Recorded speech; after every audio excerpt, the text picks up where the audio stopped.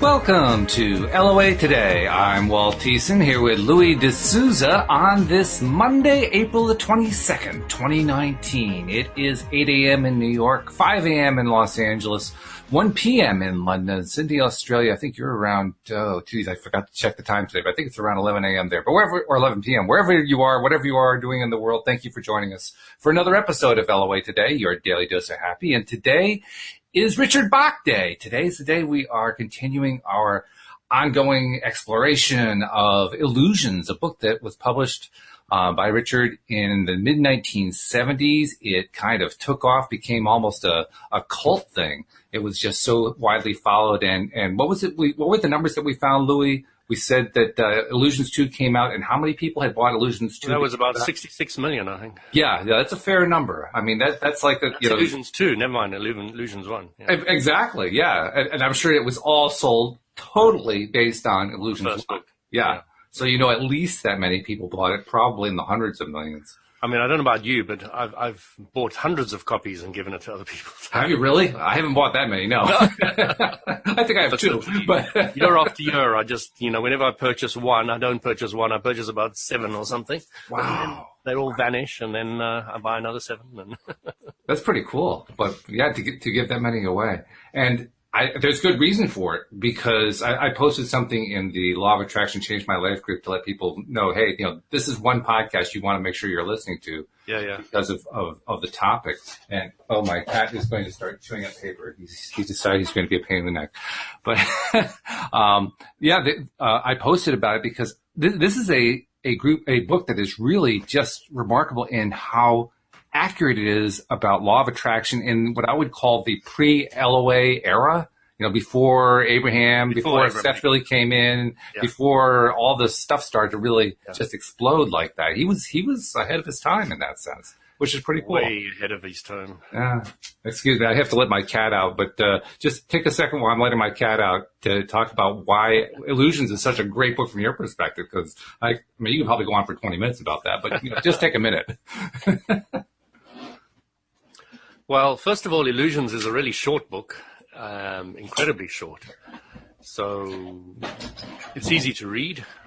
It's fantastically easy to read. And it resonates with you. You really feel good reading it. And it's just an amazing, amazing book. So easy and quick to read. As I mentioned last time, I gave it to a lady, and she started reading it in the bath, and she never left the bath until about 3 o'clock in the morning, reading it from cover to cover, and was so excited by it.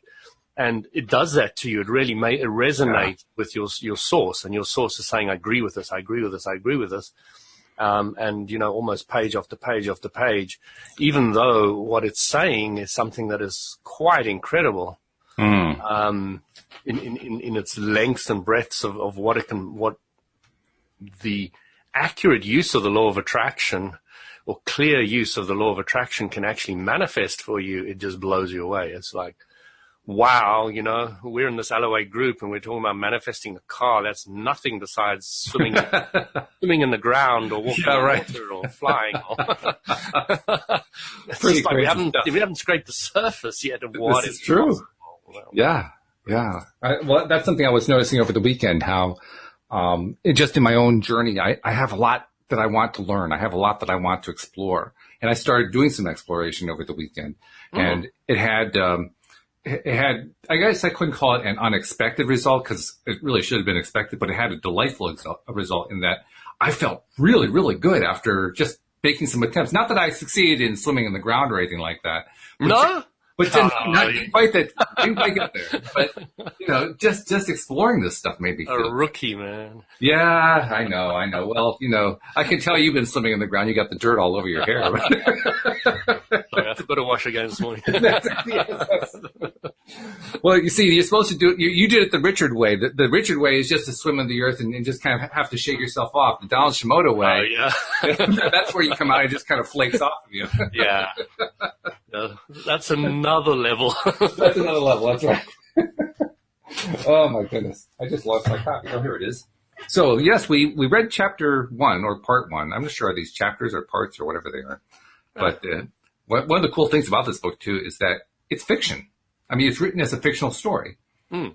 which is really, really cool because there aren't too many. I mean, there are probably a few out there, but there aren't too many law of attraction type, spiritual type books that are written in fiction form. I mean, you introduced me to one.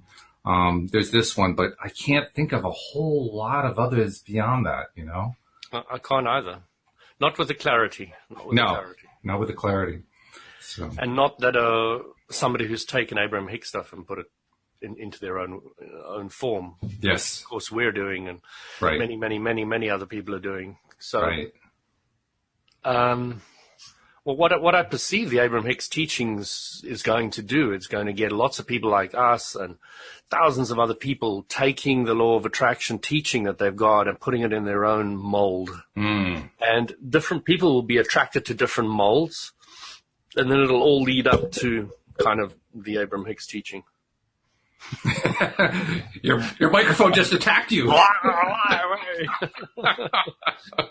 Oh, that's great.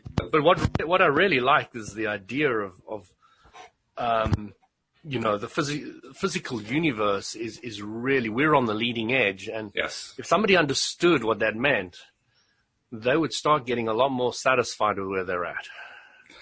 No doubt about it. No doubt. And more people. You're not striving to become perfect. You're not striving to achieve godlike state. You're now striving to know what you don't want, have a better idea what you do want. Game over. That's it. And enjoy both. Yeah. It's basically recognizing that life is the ultimate ride. It's just this great, great ride. And the more that we appreciate that ride, the better the ride gets. Talk about how Walt is glowing today. He's really riding. He's riding. It's it. Oh, yeah. It's good to see. So anyway, first chapter 1 was kind of written in scriptural form, which is an interesting choice. Chapter 2 is where we actually get into the storyline, so to speak. And so I'll figure I'll just read a bit of chapter 2. We can, break in the middle of it, but we'll just keep going. So I'll keep reading. Walt, you tell me what, if you don't mind, I just want to recap on the first section. Yeah. So you've got a story where you've got a mechanic who becomes enlightened, gets a huge following. Yep. Asks God that he doesn't want to do this anymore, and God says, not my will, but thy will be done. And he quits, and he goes back into the world of man and machine, and this is where, back in the world of man and machine, that he bumps into Richard Bach. And of course, chapter 1, part 1 is also where he told the story of the creature that clung to the bottom of the river and then decided to let go. Yes. Which is a very, very key law of attraction concept, the idea of letting go. And then once you do, everybody says, see, a creature like us, but he flies. That's why Abram and I and many other people are like that. Actually, I think it's a Christian kind of statement. It says, let go and let God. Mm-hmm. Let go and let source, more accurately, from my perspective. And letting that power that is within you come out and letting it help guide you, which I think is amazing. Yeah. It is amazing. It's amazing what happens when we do that. That's when all the wonderful craziness happens. That's the way I like to describe it. That's where the confidence and the cockiness and the sureness and comes into it all. And the most interesting and difficult and easy part of it, all in one kind of a big ball, is the more that we just let it go and do what it needs to do, the more it happens. The more we try to make it happen. Yeah. The more we try to make it happen, the less it happens, because we just aren't as happy anymore. Which is a very interesting concept. But you're supposed to work hard, study hard, and go. Yes, right. Nose to the grindstone, absolutely. No, that nose to the grindstone doesn't work so well. I learned that one from personal experience. Kind of the hard way. It's really interesting, but we really ingrained that it is the only way. Oh, yeah. And I catch myself in so many different circumstances with that vibrational premise fitting in. Like, oh my gosh. It comes in so many different forms, you have no idea. Yeah, well, actually, I do have an idea. I tried the ball. Oh, boy. And they are certainly self-defeating. So anyway, let's start the story. And feel free to jump in anytime while I'm reading, if you see a good point to say, oh, here's a great thing to keep in mind. But it starts by saying it was toward the middle of the summer that I met Donald Shimoda. In 4 years flying, I had never found another pilot in the line of work I do, flying with the wind from town to town, selling rides in an old biplane, $3 for 10 minutes in the air. Boy, is that a 1970s price or what? $3 for 10 minutes in the air? Today, you're lucky if you can pay 30. Times have changed. Oh, yes. But one day, just north of Ferris, Illinois, I looked down from the cockpit of my fleet, and there was an old Travel Air 4000, gold and white, landed pretty as you please, in the lemon emerald hay. Lemon emerald hay. Say that one 3 times fast. Mine's a free life, but it does get lonely sometimes. I saw the biplane there, thought about it for a few seconds, and decided it would be no harm to drop in. Throttle back to idle, a full rudder slip, and the fleet and I fell sideways toward the ground. Wind in the flying wires, that gentle good sound, the slow pock-pock of the old engine loafing its propeller around. Goggles up to better watch the landing, cornstalks, a green leaf jungle swishing close below, flicker of a fence, and then just cut hay as far as I could see. Stick and rudder out of the slip, a nice little roundout above the land, hay brushing the tires, then the familiar calm crashing rattle of hard ground under a wheel, slowing, and now a quick burst of noise and power to taxi beside the other plane and stop. Throttle back, switch off, the soft clack-clack of the propeller spinning down to stop in the total quiet of July. The pilot of the Travel Air sat in the hay, his back against the left wheel of his airplane, and he watched me. For a half-minute, I watched him too, looking at the mystery of his calm. I wouldn't have been so cool just to sit there and watch another plane land in a field with me and parked 10 yards away. I nodded, liking him, without knowing why. You looked lonely, I said, across the distance between us. So did you. Don't mean to bother you. If I'm one too many, I'll be on my way. No, I've been waiting for you. I smiled at that. Sorry I'm late. Well, that's all right. I pulled off my helmet and goggles, climbed out of the cockpit, and stepped to the ground. This feels good when you've been a couple of hours in the fleet. Hope you don't mind ham and cheese, he said. Ham and cheese and maybe an ant. No handshake, no introduction of any kind. He was not a large man. Hair to his shoulders, blacker than the rubber of the tire he leaned against. Eyes dark as hawk's eyes, the kind I like in a friend. And in anyone else, makes me feel uncomfortable indeed. He could have been a karate master on his way to some quietly violent demonstration. I accepted the sandwich and a thermos cup of water. Who are you, anyway? I said.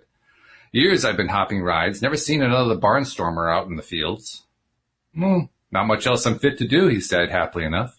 A little mechanicking, welding, roughneck a bit, skinning cats. I stay in one place too long, I get problems, so I made the airplane, and now I'm in the barnstorming business. What kind of cat? I've been mad for diesel tractors since I was a kid. D8s, D9s, just for a little while in Ohio. D9s, big as a house.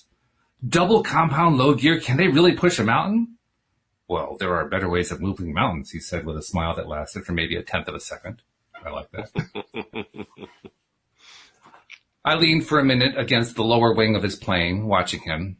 A trick of the light. It was hard to look at the man closely, as if there were a light around his head, fading the background of faint misty silver. Something wrong, he asked. What kind of problems did you have?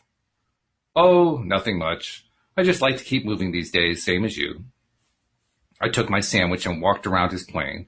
It was a 1928 or 29 machine, and it was completely unscratched.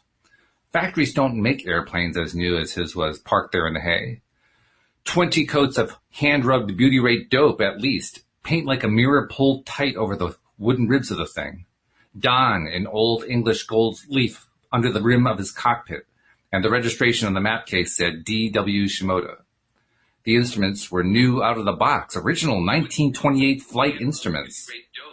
Varnished oak, control stick and rudder bar, throttle mixture, spark advance at the left. You never see spark advances anymore, even on the best restored antiques. No scratch anywhere, not a patch on the fabric, not a single streak of engine oil from the cowling, not a blade of straw on the floor of the cockpit, as though his machine hadn't flown at all but instead had materialized on the spot through some time warp across a half-century. I felt an odd, creepy cold on my neck. "How long have you been hopping passengers?" I called across the plane to him. "Oh, about a month now, 5 weeks. He was lying. 5 weeks in the fields, and I don't care who you are. You've got dirt and oil on the plane, and there's straw on the cockpit floor no matter what. But this machine, no oil on the windshield, no flying haze stains on the leading edges of the wings and tail, no bugs smashed on the propeller. That is not possible for an airplane flying through an Illinois summer." I studied the travel air another 5 minutes, and then I went back and sat down in the hay under the wing facing the pilot. I wasn't afraid. I still liked the guy, but something was wrong. "Why are you not telling me the truth?" "I have told you the truth, Richard," he said. The name is painted on my airplane, too. "A person does not hop passengers for a month in a travel air without getting a little oil on the plane, my friend. A little dust, one patch in the fabric, hay, for God's sake, on the floor." He smiled calmly at me. "There are some things you do not know." In that moment, he was a strange, other planet person. I believed what he said, but I had no way of explaining his jewel airplane parked out in the summer hayfield. "Well, this is true, but someday I'll know them all. And then you can have my airplane down because I won't need it to fly." He looked at me with interest and raised his black eyebrows. "Oh? Tell me." I was delighted. Someone wanted to hear my theory. People couldn't fly for a long time, I don't think, because they didn't think it was possible. So, of course, they didn't learn the first little principle of aerodynamics. I want to believe that there's another principle somewhere. We don't need airplanes to fly or move through walls or get to planets. We can learn how to do that without machines anywhere, if we want to. He half smiled, seriously, and nodded his head one time. "And you think that you will learn what you wish to learn by hopping $3 rides out of hayfields?" "Well, the only learning that's mattered is what I got on my own, doing what I want to do. There isn't, but if there were a soul on earth who could teach me more of what I want to know than my airplane can, and the sky, I'd be off right now to find him. Or her." The dark eyes looked at me level. "Don't you believe you're guided, if you really want to learn this thing?" "Well, I'm guided, yes. Isn't everyone? I've always felt something kind of watching over me, sort of." "And you think you'll be led to a teacher who can help you?" "Well, if the teacher doesn't appear to me, yes." Well, maybe that's the way it happens," he said. A modern new pickup truck hushed down the road toward us, raising a thin brown fog of dust, and it stopped by the field. The door opened, an old man got out, and a girl of 10 or so. The dust stayed in the air. It was that still. "Selling rides, are you?" said the man. The field was Donald Shimoda's discovery, so I stayed quiet. "Yes, sir," he said brightly. "Feel like flying, do you, today?" "If I did. You cut any did-do's? Turn any flip-flops with me up there?" The man's eyes twinkled, watching to see if we knew him behind his country bumpkin talk. Well, if you want, won't if you don't." "And I suppose you want the dear Lord's fortune." $3 cash, sir, for 9-10 minutes in the air. That is 33 1/3 cents per minute, and worth it, most people tell me. It was an odd bystander feeling to sit there, idle and listen to the way this fellow worked his trade. I liked what he said, all low-key. I had grown so used to my own way of selling rides. "Guaranteed 10 degrees cooler upstairs, folks. Come on up where only birds and angels fly. All of this for only $3 a dozen quarters from your purse or pocket." I had forgotten there might be another way. There's a tension flying and selling rides alone. I was used to it, but still it was there. If I don't fly passengers, I don't eat. Now, when I could sit back, not depending on my dinner for the outcome, I relaxed for once and watched. The girl stood back and watched too. Blonde, brown-eyed, solemn-faced. She was here because her grandpa was. She did not want to fly. Most often it's the other way around. Eager kids and cautious adults. But one gets a sense for these things when it's one's livelihood, and I knew that girl wouldn't fly with us if we waited all summer. "Which one of you gentlemen?" the man said. Shimoda poured himself a cup of water. "Richard will fly you. I'm still on my lunch hour, unless you want to wait."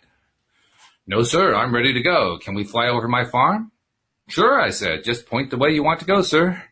I dumped my bedroll and tool bag and cook pots from the front cockpit of the fleet, helped the man into the passenger seat and buckled him in. And then I slid down into the rear cockpit and fastened my own seatbelt. Give me a prop, will you, Don? Yep. He brought his water cup with him and stood by the propeller. What do you want? Hot and brakes. Pull it slow. The impulse will take it right out of your hand. Always, when somebody pulls the fleet propeller, they pull it too fast, and for complicated reasons, the engine won't start. But this man pulled it around ever so slowly, as though he had done it forever. The impulse spring snapped, sparks fired in the cylinder, and the old engine was running that easy. He walked back to his airplane, sat down, and began talking to the girl. In a great burst of raw horsepower and flying straw, the fleet was in the air, climbing through 100 feet. If the engine quits now, we land in the corn, 500 feet now, and we can turn back and land in the hay, and now it's the cow pasture west, 800 feet in level, following the man's finger pointing through the wind southwest. 3 minutes airborne, and we circle the farmstead, barns the color of glowing coals, house of ivory in a sea of mint, a garden and back for food, sweet corn and lettuce and tomatoes growing. The man in the front cockpit looked down through the air as we circled the farmhouse framed between the wings and through the flying wires of the fleet. A woman appeared on the porch below, white apron over blue dress, waving, and the man waved back. They would talk later of how they could see each other so well across the sky. I looked back. He looked back at me finally with a nod to say that was enough, thanks, and we could head back now. I flew a wide circle around Ferris to let the people know there was flying going on, and spiraled down over the hayfield to show them just where it was happening. And as I slipped down to land, banked steeply over the corn, the travel air swept off the ground and turned at once toward the farm we had just left. Louie, I think we lost your video. There we go. I flew once with a 5-ship circus, and for a moment it was that kind of busy feeling of one plane lifting off with passengers while another lands. We touched the ground with a gentle rumbling crash and rolled to the far end of the hay by the road. The engine stopped, the man unsnapped his safety belt, and I helped him out. He took a wallet from his overalls and counted the dollar bills, shaking his head. That's quite a ride, son. Well, we think so. It's a good product we're selling. It's your friend that's selling. Oh? I'll say, your friend could sell ashes to the devil, I'll wager, can't he now? Well, how can you say that? Well, the girl, of course, an airplane ride for my daughter Sarah. As he spoke, he watched the travel air, a distant silver mote in the air circling the farmhouse. He spoke as a calm man speaks, noting the dead twig in the yard had just sprouted blossoms and ripe apples. Since she's born, that girl's been wild to death about high places. Screams, just terrified. Sarah'd no more climb a tree than she'd stir a hornet's bare hand. Won't climb the ladder to the loft. Won't go up there if the flood was rising in the yard. The girl's a wonder with machines, not too bad around animals, but heights, they are a caution to her. And there she is up in the air. He talked on about this and other special times. He remembered when the barnstormers used to come through Galesburg years ago and Monmouth, flying two-wingers the same as we flew, but doing all kinds of crazy stunts with them. I watched the distant travel air get bigger, spiral down over the field at a bank steeper than I'd ever fly with a girl afraid of heights, slip over the corn and fence and touch the hay in a 3-point landing that was dazzling to watch. Donald Shimoda must have been flying for a good long while to land a travel air that way. The airplane rolled to a stop beside us, no extra power required, and the propeller clanked softly to a stop. I looked closely. There were no bugs on the propeller, not so much as a single fly killed on that 8-foot blade. I sprang to help, unshackled the girl's safety belt, opened the little front cockpit door for her, and showed her where to step so her foot wouldn't go through the wing fabric. How'd you like that? I said. She didn't even know I spoke. Grandpa, I'm not afraid. I wasn't scared, honest. And the house looked like a little toy, and Mom waved at me, and Don said I was scared just because I fell and died once, and I don't have to be afraid anymore. I'm going to be a pilot, Grandpa. I'm going to have an airplane and work on the engine myself and fly everywhere and give rides. Can I do that? Donald Shimoda smiled at the man and shrugged his shoulders. Well, he told you were going to be a pilot, did he, Sarah? No, but I am. I'm already good with engines, you know that. Well, you can talk about that with your mother. Time for us to be getting home. The two thanked us, and one walked, one ran to the pickup truck, both changed by what happened in the field and in the sky. 2 automobiles arrived, and then another, and we had a noon rush of people who wanted to see Ferris from the air. We flew 12, 13 flights as fast as we could get them off, and after that I made a run to the station in town to get car gas for the fleet. Then a few passengers, a few more, and it was evening, and we flew solid back-to-back flights till sunset. A sign somewhere said population 200, and by dark I was thinking we had flown them all, and some out-of-towners as well. I forgot in the rush of flying to ask about Sarah and what Don had told her, whether he had made up the story or if he thought it was true about dying. And every once in a while I watched his plane closely while passengers changed seats. Not a mark on it. No oil drop anywhere, and he apparently flew to dodge the bugs that I had to wipe off my windshield every hour or two. There was just a little light in the sky when we quit. By the time I laid dry corn stalks in my tin stove, set them over with charcoal bricks and lit the fire, it was full dark, the firelight throwing colors back from the airplanes parked close and from the golden straw about us. I peered into the grocery box. Well, it's soup or stew or SpaghettiOs, I said, or pears or peaches. Want some hot peaches? Oh, no difference, he said mildly. Anything or nothing. Man, aren't you hungry? This has been a busy day. Well, you haven't given me much to be hungry for unless that's good stew. I opened the stew can with my Swiss Air officer's escape and evasion knife, did a similar job on the SpaghettiOs, and popped both cans over the fire. My pockets were tight with cash. This was one of the pleasanter times of day for me. I pulled the bills out and counted, not bothering much to fold them flat. It came to $147, and I figured in my head, which is not easy for me. Let's see. Ford carried the 49 flights today. Broke $100 a day. Broke $100 a day, Don. Just me and the fleet. You must have broke 200 easy. You fly mostly 2 at a time, right? Mostly, he said. About this teacher you're looking for. I ain't looking for a teacher, I said. I'm counting money. I can go a week on this. I can be rained out cold for 1 solid week. He looked at me and smiled. When you were done swimming in your money, he said, would you mind passing the stew? This Donald Shimoda character is a very cool customer, Louis. Very cool. Nothing much phases him.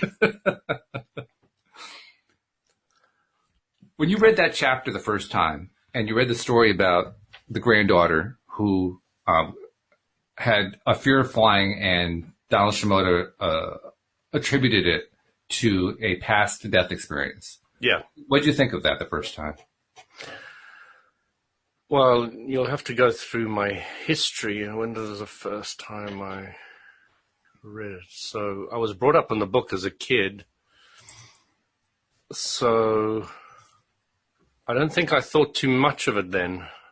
I don't think I liked the book as... I think I wasn't brought up as a kid with that book. I was brought up with The Prophet by Khalil Gibran, which I highly recommend to anybody. Mm-hmm. But I think my mentor gave it to me at the age of 21. So when I read it then, I'd already started to look at reincarnation and karma. So to me, it wasn't... I hadn't had my own reincarnation experiences by then, so I probably would have just thought it was quite interesting, quite a new idea, because I was breaking away from Christianity at that stage, and looking at many other religions and groups. So I probably don't remember exactly how I felt, but it probably would have been something like, this confirms what I think is the way it is. Oh, okay. Well, that's a long, complicated answer to something. No, that's fine. That's fine. And actually, I'm going to have to follow up in a moment about one comment you made, because you kind of left a thought dangling in the air, and I can't let that dangle there. But my own reaction when I first read it was skepticism. Like, I'm enjoying this story. This is a fun story. I can tell. He's a good writer. But, this is like one of those suspend your disbelief times, and I'm not really ready to suspend my disbelief, so I'll just skip it for now. Okay. That was my reaction. But the thought that you left dangling in the air there was when you said, when you had your own reincarnation experiences for the first time. And I say that you left it dangling partly because people who teach the idea of reincarnation say most of us have been reincarnating over and over again. And here you are saying that you reincarnated for the first time, but you also said you did it during your lifetime. So there's a special story there, and I'm wondering what the story is. I think it was maybe a misinterpretation of what I was saying. My first reincarnation experience, not my first lifetime of remembering my first incarnation into the physical contrasting universe. Ah, okay. Okay. I don't think I'd really want to remember when I was a diamond or... don't think it... Yeah, never mind. It's not exactly a thrilling lifetime. No, I don't know what I say. Well, I was still for a long time. I was sparkling and sparkling. Much at all. Couldn't wait for the higher vibrations. Sparkle, sparkle. Okay. But what was it like when you remembered your first, or what you first remembered? What did you say? You remembered your very first reincarnation, or that you first remembered reincarnation? How I had my first past life experience. That might be a clearer way of explaining it. Okay. Yeah. All right. And that I kind of presume was a bit life changing.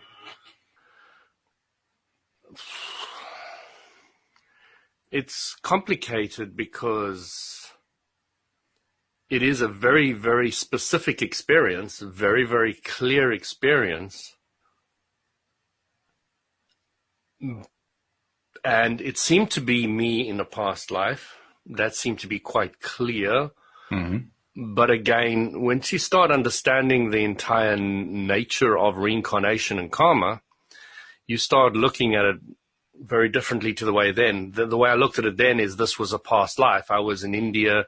I was sitting in the lotus position. I was a snake charmer, and I had this bowl thing, and I was playing my flute and or whatever it was. And not that I can play an instrument this lifetime, but I understood yoga, I understood the body well, and when I walked into this life, I could do very advanced yoga moves that not even one single yoga teacher, except maybe one, I never really asked her if she could do it or not, but she probably could, my main yoga teacher. But I've never met a yoga teacher, I think, that can do it, except maybe that one. So being born with very advanced yoga abilities and not actually being particularly interested in yoga this lifetime whatsoever. It was something like, actually, I don't want yoga this lifetime in the beginning. Now I'll use it and I'll play with it because I'm able to distance myself from all the stuff that came with yoga in the past. I think there's a lot of other things that come with it. Traditions and routine rituals, etc., etc. So once that was all stripped away from me, or I did it myself, I stripped away all the other stuff out of yoga, and I realized yoga is far more than the hatha yoga, which is the physical yoga. So, my first experience of another lifetime was the one I mentioned. Then I had others and others and others and others with other people as well that are in this lifetime that were also in that one, and I started to put bits and pieces together. Now I don't have any past life experiences at all because I start seeing it as everything's in the now, and there really isn't any past life at all. And it's more, if you wanted to look at it in a more accurate way, you're kind of looking at parallel lives rather than past lives. But it's very difficult for a human in a time-space reality to perceive everything as now. The only thing is now.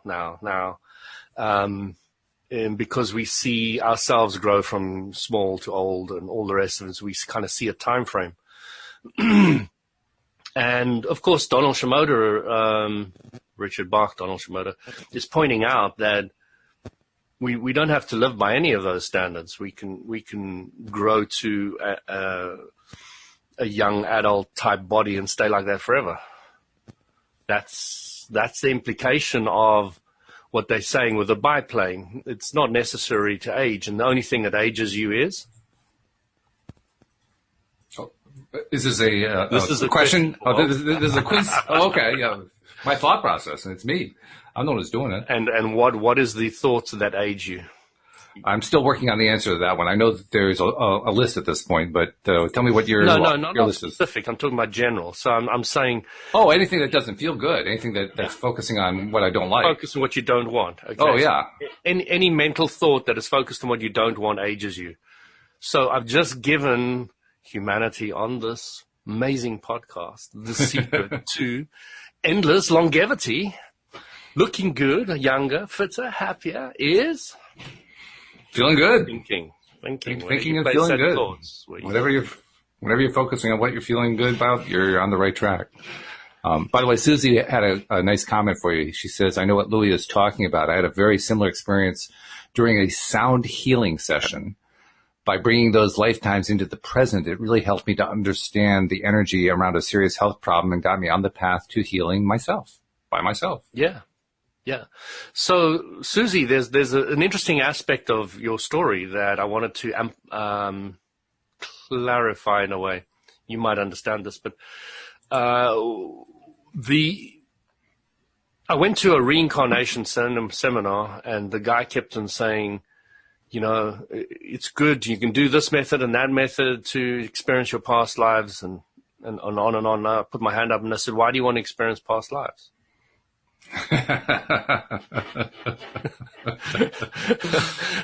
Being devil's advocate as usual, specifically when at that age I was quite, and because I'd gone through this whole idea in my head, why do you want to experience past lives? Now, Susie's example is perfect example of why you want to experience past lives. And Donald Shimoda's story is a perfect example of why he said to her, in a past life you died knowing what you don't want. So now when you're clear about what you don't want, you can now move to what you do want. All right. So it's all about the expansion. And Susie was talking about how she expanded out of it. And I love that aspect. And that is a useful reason for you to go and look into past lives. So I had a lady when I was in my 20s to 30s who, whenever she came in contact with me, she would go red in the face. Really? Completely red in the face. And she knew there was a sexual thing whenever she was around me, and she didn't understand it. She was married and had a kid and all the rest of it. And she was really, really confused about this. And then she was given a past life showing her that her and I were together, and we had had a very sexual lifetime together. And whenever she saw me in this lifetime, it kind of brought those feelings up. So it was quite confusing for her. But after the experience, it kind of clarified the whole thing. So, I'm glad it did, because I didn't have somebody coming up to me with this red face anymore. Yeah, right. Because it happened for years until she had sorted that out. It was really interesting. It was really, really interesting experiences that you can have with other people about past lives, etc. So, yeah. A good reason to experience them is just to grow in the now, is to expand. And the way Abram puts it is very interesting, because, I like that story that I've told people, Walt, where when I was at school, high school, I had this most boring history teacher. How much time we got? Yeah. Oh, we're fine. This boring history teacher, and this history teacher said, open your book and then answer the questions at the back, close it, goodbye. And that was literally it. And she was just dead, as one of those lifeless individuals. Mm. And at that stage, I came to the understanding that the only thing we learn from history is we don't learn from history. And that was about it. It was game over. And then an amazing thing happened. A young, fit, vivacious guy comes into the class, takes over, and he teaches us the French Revolution. And I was absolutely enthralled with this. Mm. And jokingly, at the end of this incredible story about King Louis and Marie Antoinette and all her shoes and the kid and the beheading and all the stuff that went on, I called myself after that jokingly for many, many years, until something happened, which is another story. It's a good one. I'm sure. That I called myself King Louis. Oh, really? I related so much with the Louis of France that I jokingly always called myself King Louis. I mean, people said to me afterwards that, oh, I thought it was because of the Lion King or this or that or something else. No. It was specifically because of King Louis XVI. Now you realize you were identifying with somebody who lost his head, right?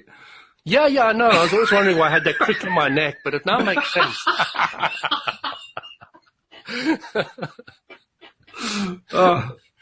So I don't know if you know Marie Antoinette, but not personally. She was no. Oh, no. I missed that lifetime. Yeah. They have some more past life experiences. No, I was just one of the French peasants who was complaining about the royalty and wanting to get their heads off or something like that. So, yeah, Maria was a daughter of Queen of Austria. And she made a lot of peace in Europe because she married her 9 daughters or whatever off to the entire Europe. So she managed to create a lot of stability during her lifetime. And one of her daughters was Marie Antoinette. Mm-hmm. And, of course, the mother's name, the queen's name was Maria. So what happened was I married a Austrian lady whose name was Annette. Uh-huh. And her mother's was Maria. That's wild.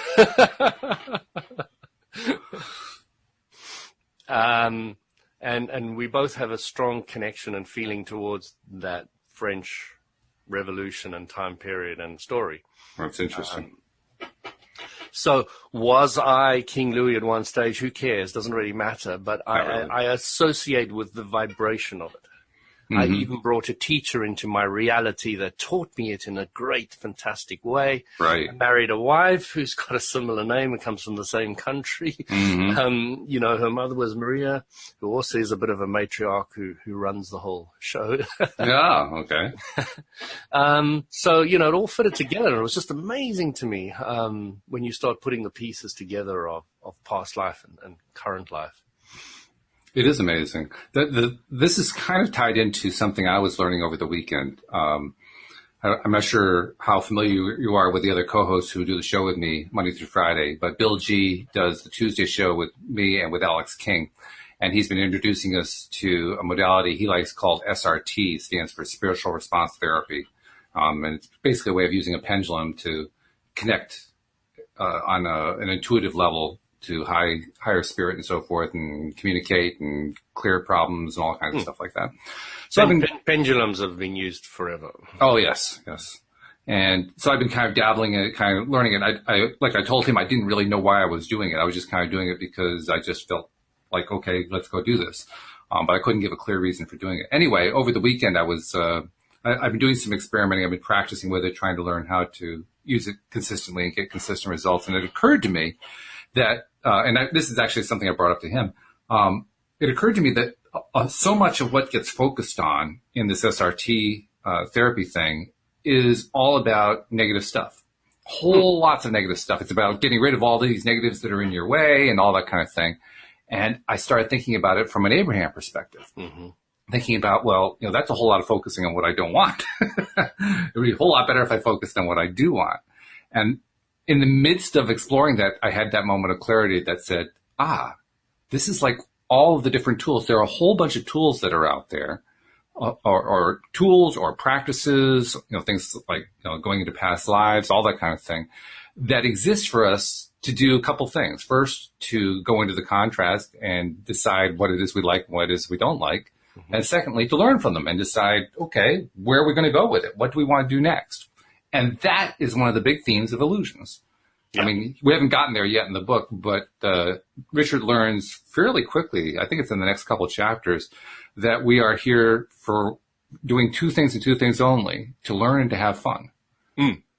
It becomes a very I taught that to my daughter at a young age. I said, why are we here? We're here to learn and have fun. Yeah. I said, you can give me any other reason you want, but they will fall into those 2 categories. Right. Exactly. So when you look at your experience with past lives, you were doing some combination of that too. You were learning, you were having fun. You were enjoying it. And in fact, when you got into the French Revolution part, you were really having fun. You were having a blast learning this thing. You'd attracted in this teacher who was just fascinating to you, was able to tell stories in a great way that just drew you right in. He felt French, and he had really, really tight pants on showing everything. And he had this little bit of naffness to him, and he was so cool. It was that's so funny. Different, Yeah. This is an Afrikaans Dutch Reform type church in church ran the school, Right. Where I came from, we stood and sang the national anthem before we went into our classes every morning at school. Mm-hmm. It was a different world. Hey, that still happens here in the U.S., but that's another topic. We won't get into that today. When I'm thinking about illusions and the first chapter that we read there, and how he basically it's actually the second chapter of the book. He's introducing us to the character Donald Shimoda. He's establishing himself as being the author. I mean, the author is pretty much autobiographical in that character, Richard. That's pretty clear too. And he's starting to lay out this guy, Donald, that he ran into in this storyline is a really fascinating character. And that's kind of what I'm leading up to when I'm talking about all this stuff. You talked about this great guy who was a really fascinating character who told you the story about the French Revolution. Same thing happening here in Illusions. Richard talking about this really fascinating character who's about to tell him some absolutely mind-blowing stories. And what's the most cool part of all is the French Revolution is talking about stuff that, I mean, you can probably draw law of attraction lessons from, but Richard Bach's story is law of attraction. Every step of the way. And that's what's so fun about it. So, like when I was talking about my exploration of SRT over the weekend, I came to that realization. This is all about learning law of attraction. And in learning law of attraction, we're learning how to pick what are the things that we like, separate them from the things that we don't like, focus on those things that we like. And that's what it's all about. So literally, I mean, one of the things that you do with SRT is they have these charts that you use your pendulum on to kind of measure, okay, here's what's going on. Here's the thing you need to know about. So I said, well, how many positive charts are there in SRT? In fact, I asked Bill that on Friday. Bill came out with Linda Armstrong, and that was one of the questions I asked him. And he said, well, he actually named two charts. It's chart 19 and 6A or something like that. I forget what it was. I actually looked in the book, and sure enough, those were the only two positive charts. All the rest of them were all this terrible stuff going on. Well, I was thinking about that, and I said to myself, why couldn't I make my own chart? And so I did. I made a chart based on Abraham's 22-step emotional guidance scale. And I started playing with it.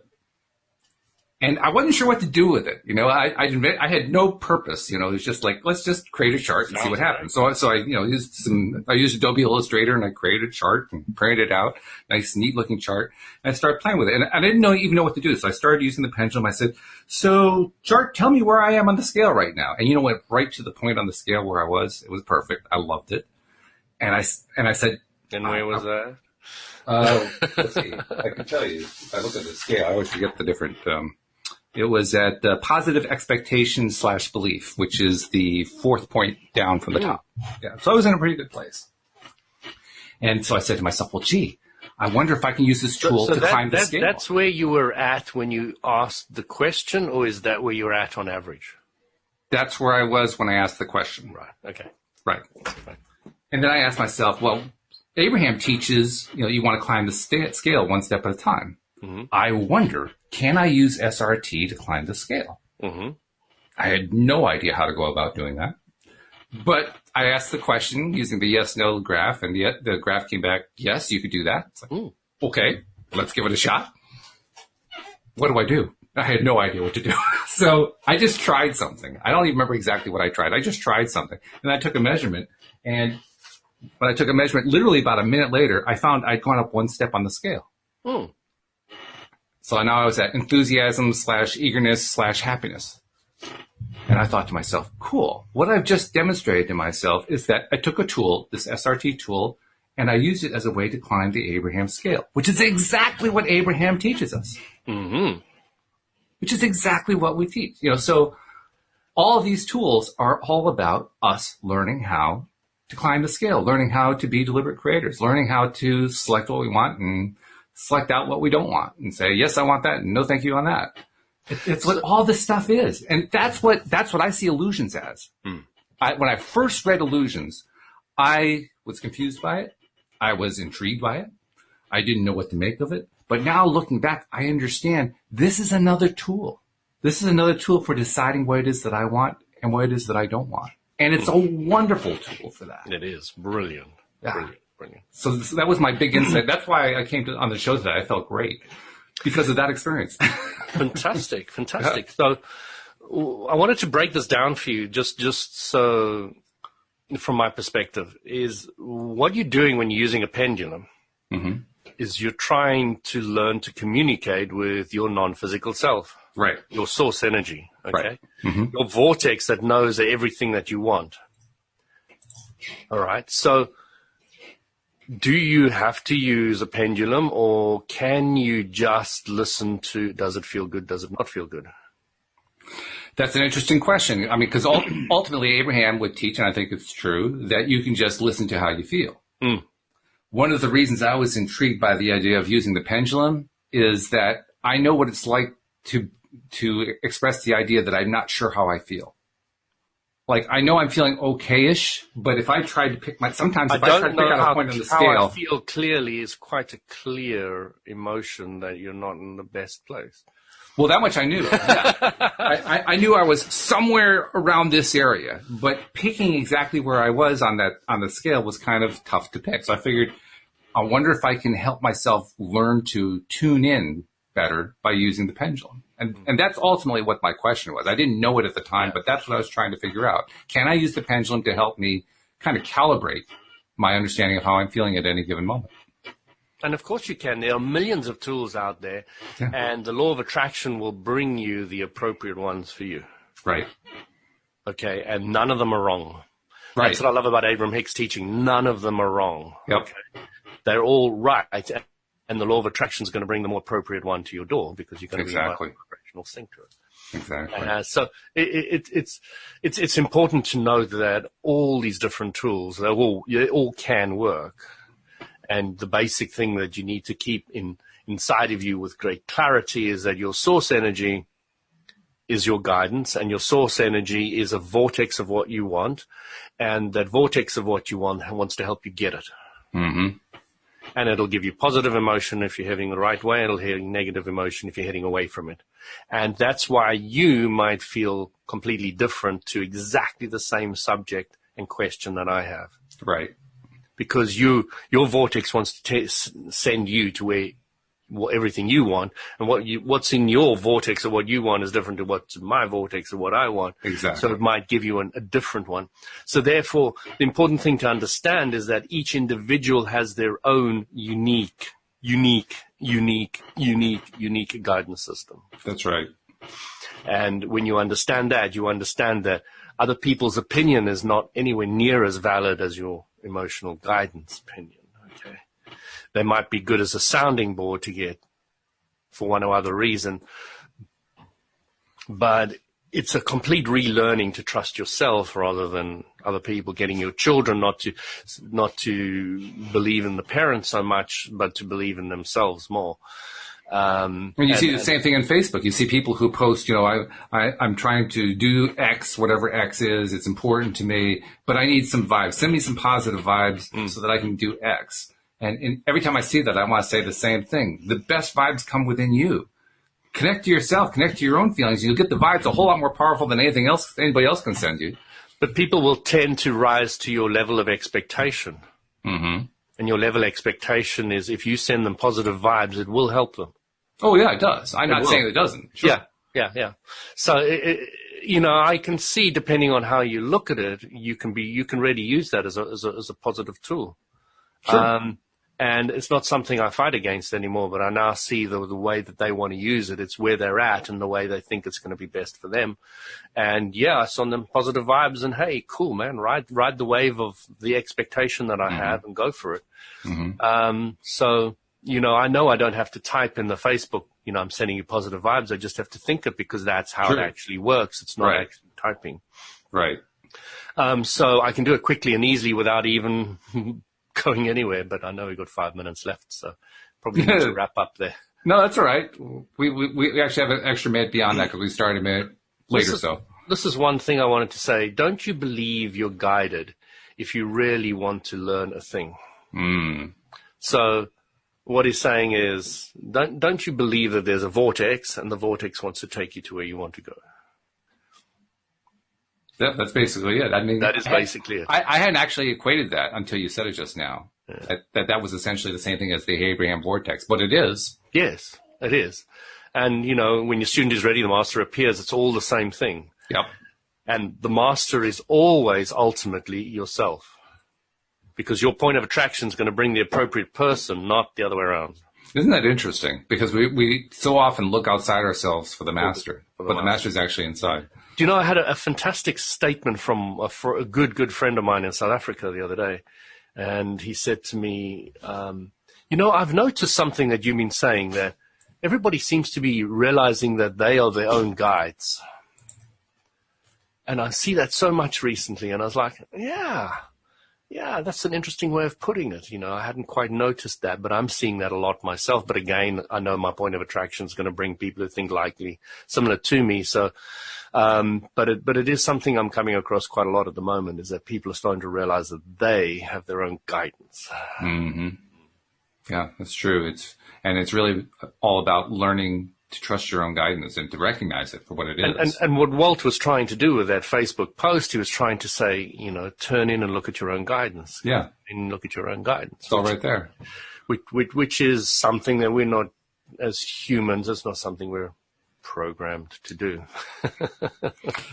Tis true.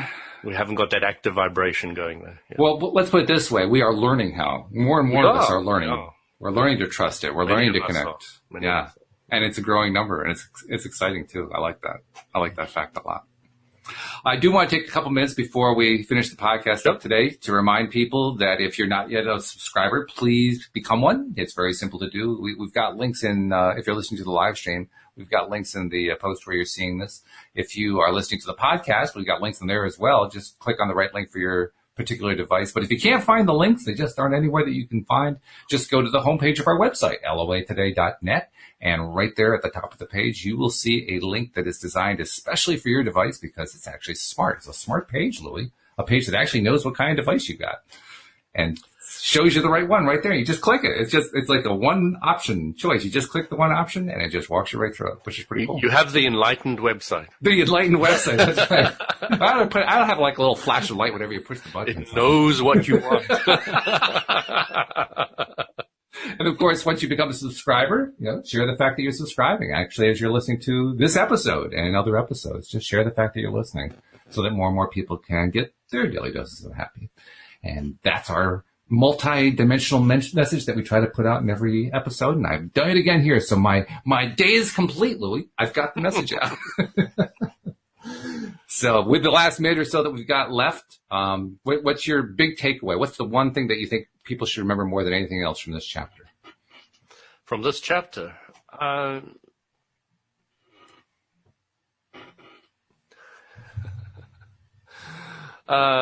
tempted to say something, but I'll skip it. Okay. A little more explanation. So, your guidance system, everybody has their own guidance system. Tune in, listen to how you feel, and care more intensely about that than anything. That's really Abraham Hicks slant on it. But, it was coming through very, very clearly in this chapter. I agree with you, yeah. And I would say Abraham Hicks and Richard Bach are completely on the same wavelength anyway, so you can kind of interchange one for the other. It's just different words more than anything else. Yeah. Jerry was often talking about the book as well, yeah.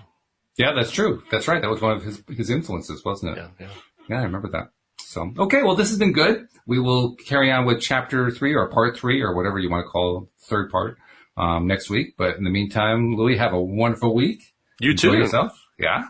Thanks also to our live stream listeners and to our podcast listeners as well. And we will see you all next time here on LOA Today. Goodbye, everybody. Take care. Carpe diem.